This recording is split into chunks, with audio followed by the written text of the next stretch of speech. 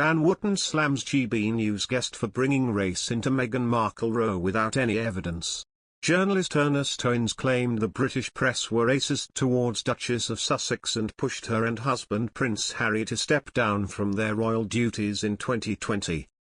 He said, "I think the way Americans see it is they, the British press, pushed them out to a certain extent, with the tabloids, the nasty media and the racist undertones."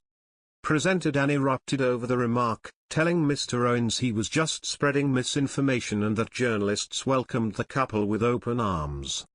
Royal expert Robert Jobson interjected, "I think if you're going to make claims like that you need to be specific."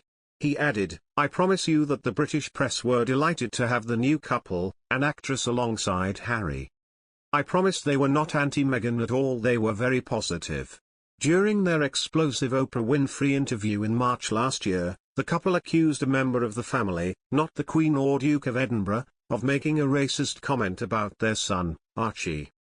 Winfrey was left open-mouthed when the Duchess, the first mixed-race member of the modern monarchy, said a fellow royal was worried about how dark their son Archie's skin tone might be before he was born.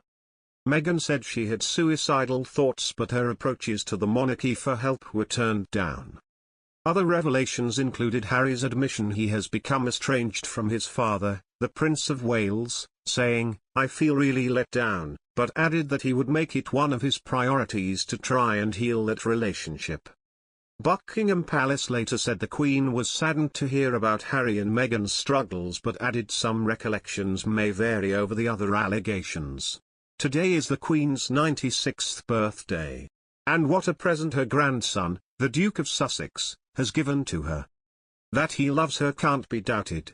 In an interview with American journalist Hoda Kotb for NBC's morning show Today, aired yesterday, the Prince was at pains to praise Her Majesty, especially for her sense of humor.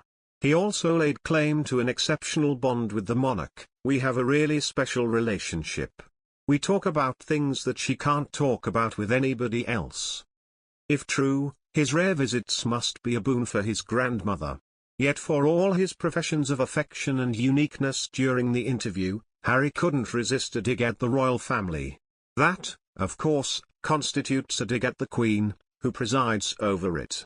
I can't see any other interpretation of his remark that, in meeting the Queen at Windsor, he was just making sure she's protected and got the right people around her. Generous souls may say the Prince was simply expressing concern for her welfare, as she has not been in the best of health recently. But the 12-word utterance, "just making sure she's protected and got the right people around her," implies that those looking after her could be doing a better job. It is a preposterous thing to say.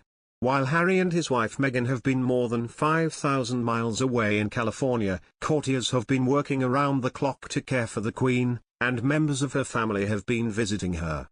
Harry's raising the possibility that she mightn't have been properly looked after was an insult.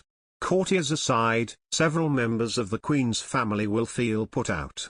Foremost among them may be Prince Charles and Prince William. Am I reading too much into what could have been a careless comment? I don't believe so.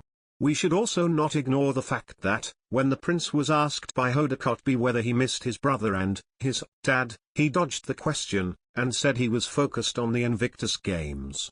Prince Harry used the interview to deepen rift between himself and his father and brother. "I fear the Sussexes are now a greater threat to Britain's monarchy than an army of Republicans.